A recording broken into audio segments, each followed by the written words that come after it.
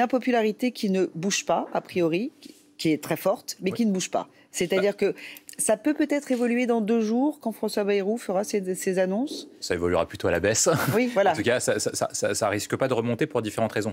La première, ce qui est marquant, c'est qu'il y a eu une petite remontée pour Emmanuel Macron au moment où il y a la polémique entre Donald Trump et Volodymyr Zelensky, enfin l'accrochage à la Maison-Blanche. Mais hormis cette période-là, Emmanuel Macron baisse dans les sondages depuis la dissolution. Pourquoi ? Parce que les Français lui reprochent d'avoir, créé l'impuissance et d'avoir pris une décision qui était inexplicable et incompréhensible. Pour François Bayrou, l'équation est complètement différente.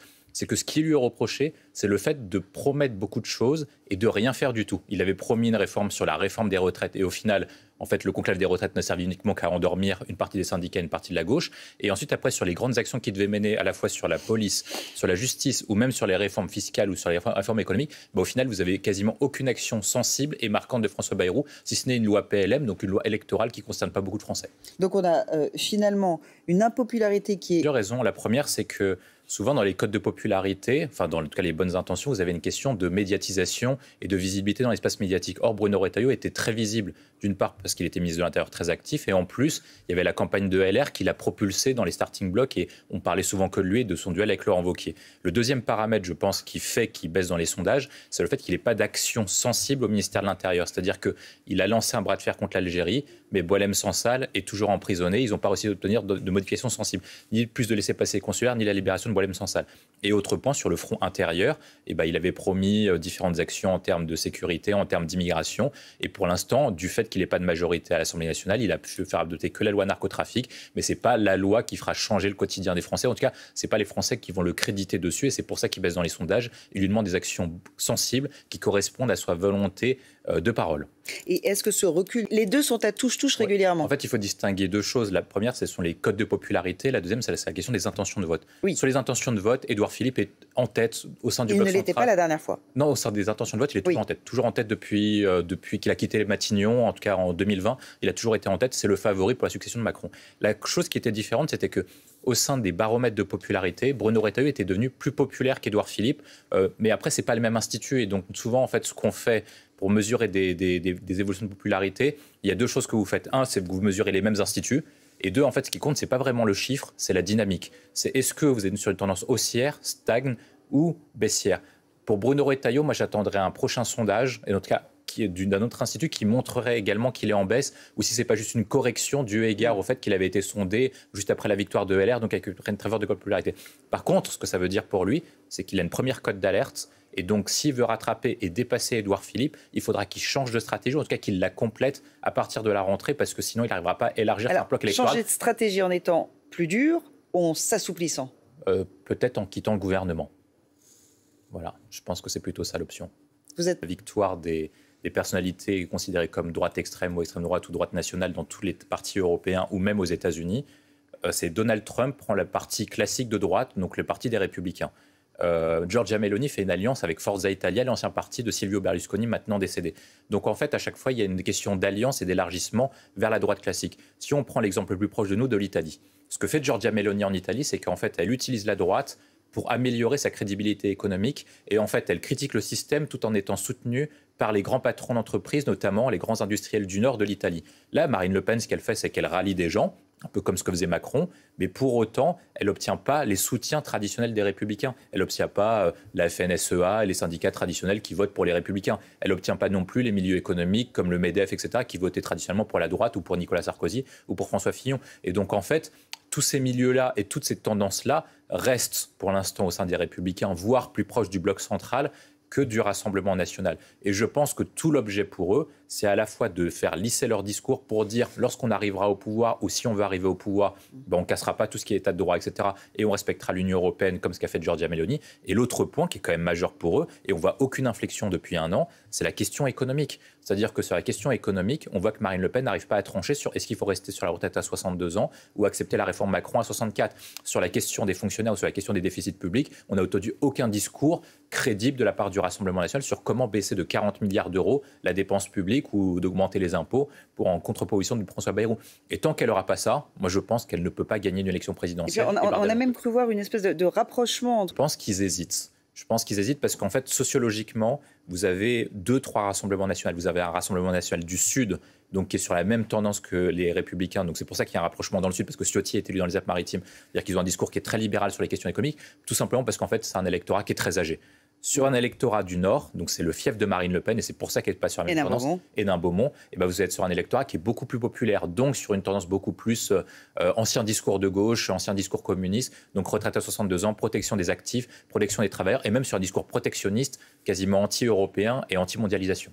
Donc finalement, la problématique du Rassemblement national, c'est qu'elle n'a pas d'épine dorsale économique, c'est aussi ça. Je pense qu'ils en avaient une, et qu'aujourd'hui, ils hésitent pour des questions stratégiques. Ça veut dire que, historiquement, Marine Le Pen, quand elle reprend le parti, elle se dit qu'il faut tourner la page de Jean-Marie Le Pen. Donc, vous parlez de la dédiabolisation. Dédiabolisation plus un changement de discours économique. C'est-à-dire qu'elle capte beaucoup d'électeurs ouvriers. Maintenant, c'est le premier parti au sein des ouvriers. C'est le premier parti au sein des classes moyennes, auprès d'un discours de protection économique et des travailleurs de première ligne en disant on va vous protéger. Le pouvoir d'achat, face à la mondialisation, par rapport à tous les excès.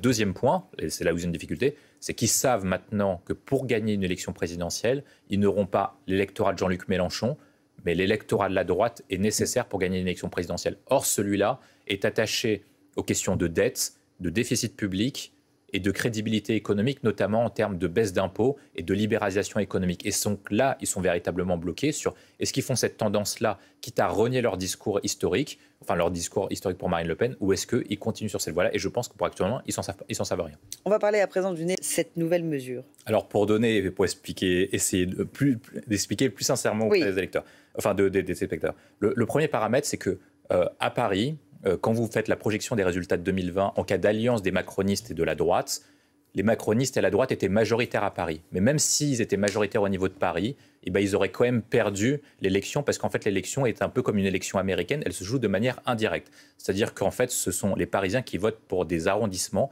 et au sein d'arrondissements, vous désignez des conseillers de Paris, et les conseillers de Paris votent pour le maire de Paris. Donc nous, on a opéré des calculs pour dire, il faut combien pour la droite ou pour Rachida Dati pour gagner une élection à Paris.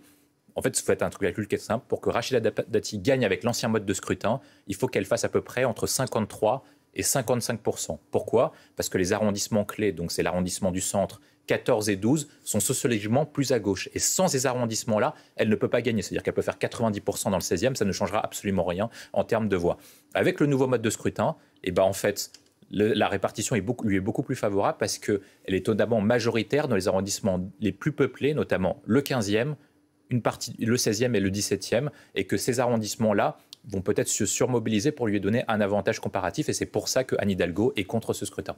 Donc, et si on, si on adopte, en tous les cas, si on met en place ce scrutin, nouvelle formule, est-ce que Rachida Dati, donc une dérive des dépenses publiques, est-ce que vous êtes d'accord avec ce qui vient d'être dit, avec cette étude qui vient de paraître? Il y a plusieurs points sur l'étude. Quand ils disent exactement est-ce que le déficit public actuel vient d'une baisse des recettes, c'est vrai.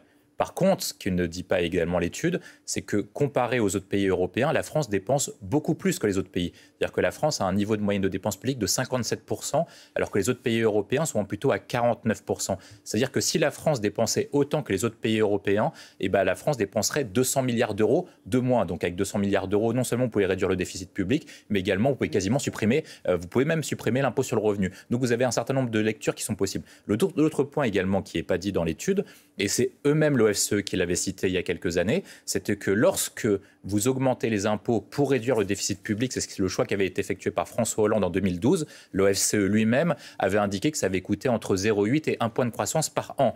Or, 1 point de croissance par an, ça représente à peu près 25 milliards d'euros. Donc, si vous augmentez les impôts de 30 milliards, mais que chaque année, vous perdez 25 milliards d'euros de croissance potentielle, finalement, les comptes n'y sont pas. Donc, aujourd'hui, la difficulté française, et je pense que Éric Hayet a raison, c'est qu'en fait, Emmanuel Macron a baissé les impôts, mais ne l'a pas accompagné d'une baisse de dépenses publiques. Et c'est ce manque de choix politique qui, aujourd'hui, nous conduit à une situation qui est compliquée, parce qu'il aurait pu baisser les dépenses publiques de 2017 à 2022. Il avait une majorité absolue. À partir de 2022, c'était beaucoup plus compliqué. On a vu à quel point l'adoption de la réforme des retraites était très compliqué, et en 2024 avec une majorité très relative, c'est encore plus difficile. C'est pour ça que François Bayrou est dans une situation qui est très compliquée.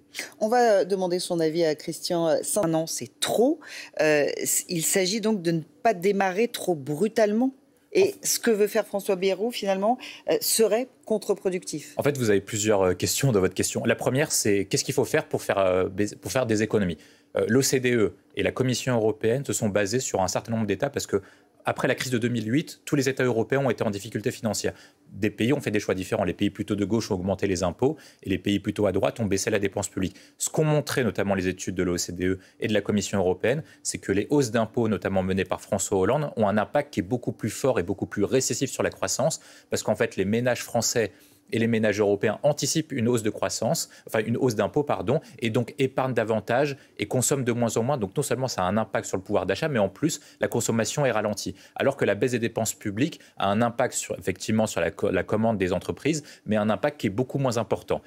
Par contre, la difficulté, effectivement, c'est ce que vous dites aussi, c'est que 40 milliards d'euros, c'est beaucoup. Mais l'autre difficulté qu'on a, en fait, en termes de croissance, c'est également la question des prêts auprès des marchés financiers. C'est-à-dire qu'aujourd'hui, François Bayrou va devoir lever des centaines de milliards d'euros l'année prochaine pour le prochain budget pour payer les fonctionnaires parce que la France est en déficit chronique. Et donc, pour payer ces fonctionnaires et pour payer le déficit public, on va emprunter sur les marchés financiers. Donc, si on emprunte à un taux qui est trop élevé parce que les marchés et les prêteurs considèrent que la France n'est pas crédible dans sa trajectoire de réduction de déficit public, en fait, le coût que vous portez, en fait, au final, que vous n'avez pas porté sur la réduction des dépenses publiques ou sur l'augmentation des impôts, vous allez le payer plus cher en augmentation de charge de la dette. Donc François Bayrou, certes, n'est pas une bonne solution, mais c'est peut-être la moins pire à l'heure actuelle. Donc il faut baisser de 40 milliards, peut-être moins, peut-être plus, mais c'est à peu près l'ordre de grandeur qu'il faut, et principalement porter sur la baisse des dépenses, en tout cas en grande partie, et peut-être un petit peu de hausse d'impôts, mais qui doivent être très ciblés, qui doivent cibler certains ménages pour ne pas casser la proportion à consommer et ne pas casser la consommation. C'est ce qu'il laisse entendre d'ailleurs le Premier ministre. Oui. Voilà. On va rejoindre à nouveau Christian Saint-Etienne pour revenir à